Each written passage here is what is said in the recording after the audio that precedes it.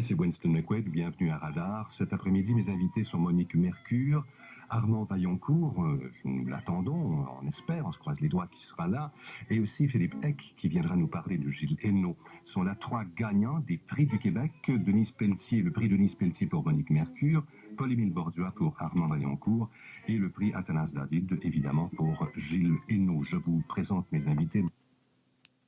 Mais j'aimerais, puisque Philippe est là, Philippe Eck, poète, est là pour nous raconter un peu Gilles Hainaut. Peut-être que Philippe, vous pourriez nous donner un peu l'essence de l'écriture. Je sais que vous avez choisi quelques textes, et peut-être d'abord nous livrer un texte de Gilles Hainaut, et ensuite peut-être nous raconter un peu, pour vous, qui c'est, et l'importance de la présence de Gilles Hainaut dans la culture ici au Québec.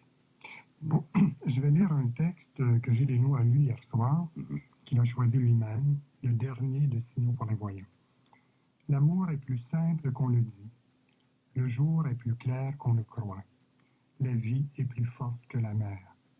La poésie coule dans la plaine où s'abreuvent les peuples. L'absence est glaciée. L'hiver de l'amour nous fait un cœur très sec. Mais que viennent 2 ou 3 flèches de soleil.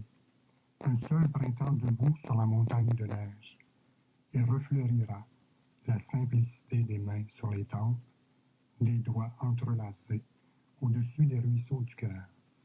C'est un poème que j'aime beaucoup aussi. C'est beau. Les grands poètes, c'est un peu ça. Les mots les plus simples, mais ils sont toujours juste un peu déplacés. Juste le vers, par exemple, la vie est plus forte que la mer. L'image banale, c'est toujours la mer qui nous écrase, qui emporte des paquets de vie. Et Gilles Hainaut, lui, dit quelque chose de simple. Il y a plus fort que la mer, il y a la vie. Et ce que j'ai toujours beaucoup aimé chez Gilles Hainaut, Monique Mercure disait que son idole, c'était Denise Pelletier. Moi, mon idole au Québec, c'était Gilles Hainaut. Et pour une raison évidente. C'est quand j'avais 20 ans, au Québec, les poètes étaient plutôt tristes, je dirais. J'aimais Saint-Denis Garneau, mais en même temps, j'étais contre Saint-Denis Garneau. Je voyais bien la facture moderne.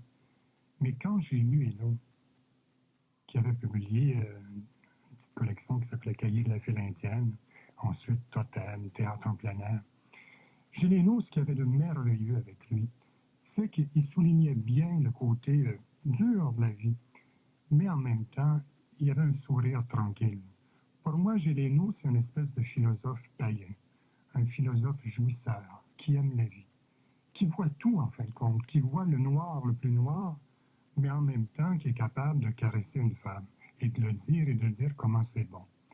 Et ça, au Québec, je pense qu'il devait être un des très rares à l'époque.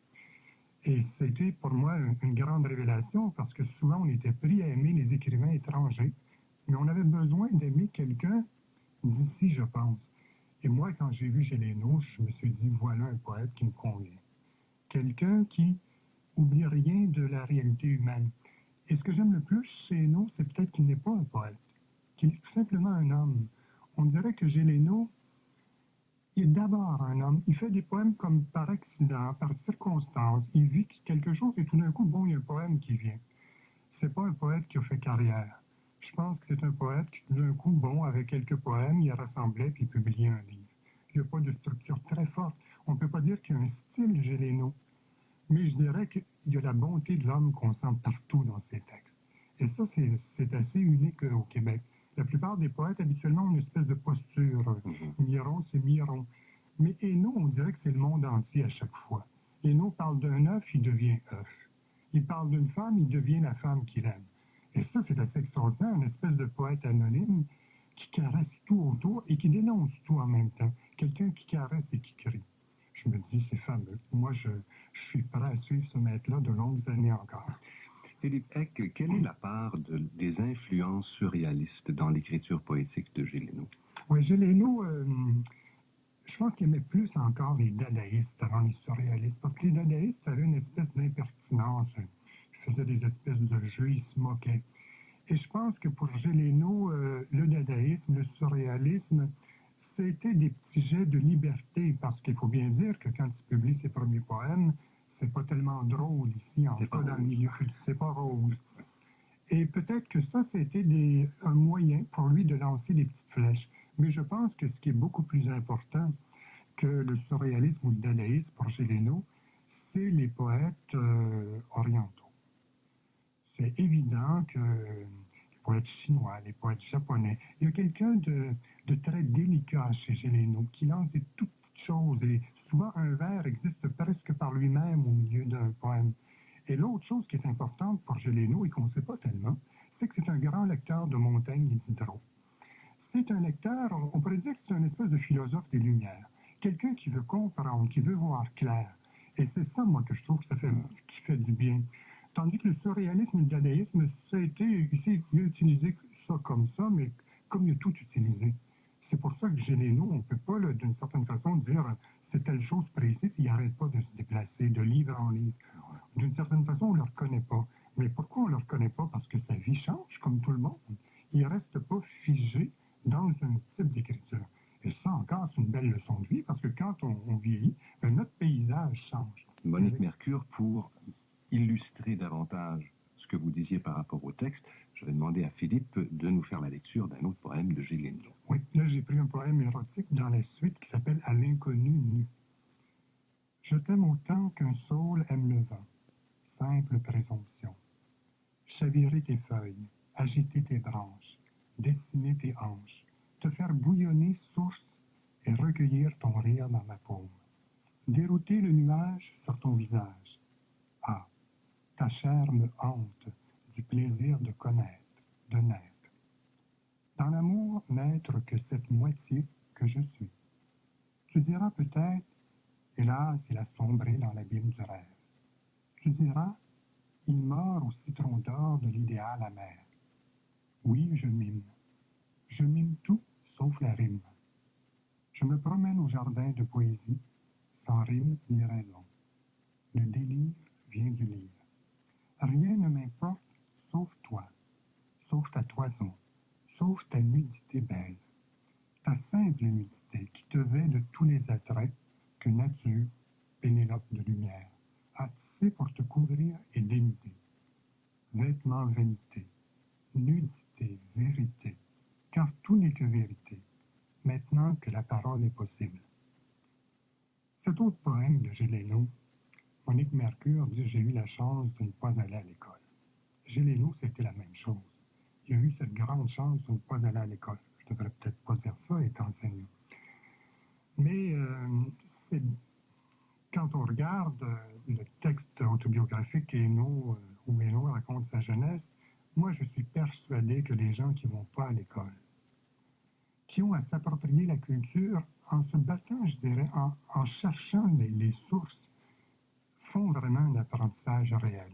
Ça, c'est ce qu'on appelle connaître et naître. Et Gélineau était comme ça. Il a commencé à 16-17 ans à fréquenter les milieux journalistiques, commencer à faire de la critique d'art, à lire, à chercher des livres et tranquillement se bâtir une pensée. Et je pense que quelqu'un qui se bâtit une pensée, en allant chercher les choses une à une, va toujours être plus fort que celui qui vient s'asseoir tranquillement dans une école et qui est tout simplement amené à répéter une pensée déjà mâchée d'avance. Et c'est ça qui est beau chez nous. Et c'est pour ça, je pense qu'il se déplaçait de livre en livre. Parce que quand il a commencé à apprendre, il a commencé à apprendre comme ça. Rien ne lui a été donné. Il a tout été prendre morceau par morceau. Et l'autre chose que je vois dans ce poème-là, c'est quand il dit à la femme qu'il aime qu'il n'en est que la moitié. Et c'est ça la modestie de Hainaut qui est toujours très belle. Et je pense que si Hainaut est si fort, c'est parce qu'il a toujours su s'effacer face à n'importe quoi, à n'importe qui. Il voyait presque toujours l'autre et l'objet avant lui. Mais en même temps, cette attitude de grande humilité lui donne toute sa force. Parce qu'à chaque fois, la force de la femme vient en lui, la force de la rivière qui regarde vient en lui, et c'est toujours comme ça. Je dirais que Hainaut est une espèce de maître zen. C'est celui qui se tient immobile au milieu de quelque chose et qui se laisse habiter par la présence qui est autour. Alors, quelle grande leçon, mais on n'apprendra certainement pas ça à l'école, où il faut bûcher sur des devoirs et des exercices souvent ridicules. Monique, le prochain prix que vous gagnez, je Je vous donne la permission d'avoir quelqu'un qui va venir vous raconter, comme le fait Philippe en ce moment. Vous l'avez dit tout à l'heure, vous parlez vraiment très bien de l'œuvre et du travail. Ah, mais c'est Géléno. Moi, Géléno, pour moi, ça a été tellement important. Géléno, j'ai été le chercher tout seul, justement. C'est certain, on ne m'a pas enseigné Géléno à l'université, parce que quand j'étais à l'université, c'était la culture française. C'est ça. Et la vieille culture française. Mais tout d'un coup, de lire cet homme que je pouvais croiser sur les rues à Montréal, ça, c'est absolument chavirant. Engagé socialement aussi, même oui, vécu l'exil. Hein? Bien sûr, parce que dans les années 50, il a perdu son emploi, il a fallu qu'il s'exile en Ontario, il faisait de l'activité syndicale, et ça, c'est toujours présent dans ses poèmes, cette espèce d'ouverture à une dimension politique. Et ça aussi, c'est un des rares à faire ça. On imagine toujours les poètes confinés dans quelques petits thèmes précis, gentils. Géléno n'est pas gentil. C'est quelqu'un de délicat et de lucide en même temps. Et il voit tout. Et c'est pour ça que je parlais de maître zen. C'est l'éveillé, Géléno. Il n'oublie rien. C'est une espèce de chat qui est à la guet. Et ça, c'est quand même assez fort. Et moi, justement, j'ai aimé cet homme-là parce que ça brisait l'image du poète que moi, je ne pouvais pas tellement souffrir. Celui toujours un peu prêt à entrer en pamoison, à se lamenter un peu. Géléno ne se lamente pas. Il est parfois blessé, mais il le dit nettement. C'est ça. Merci pour votre présence, Philippe Eck. Encore une fois, félicitations à Géléno.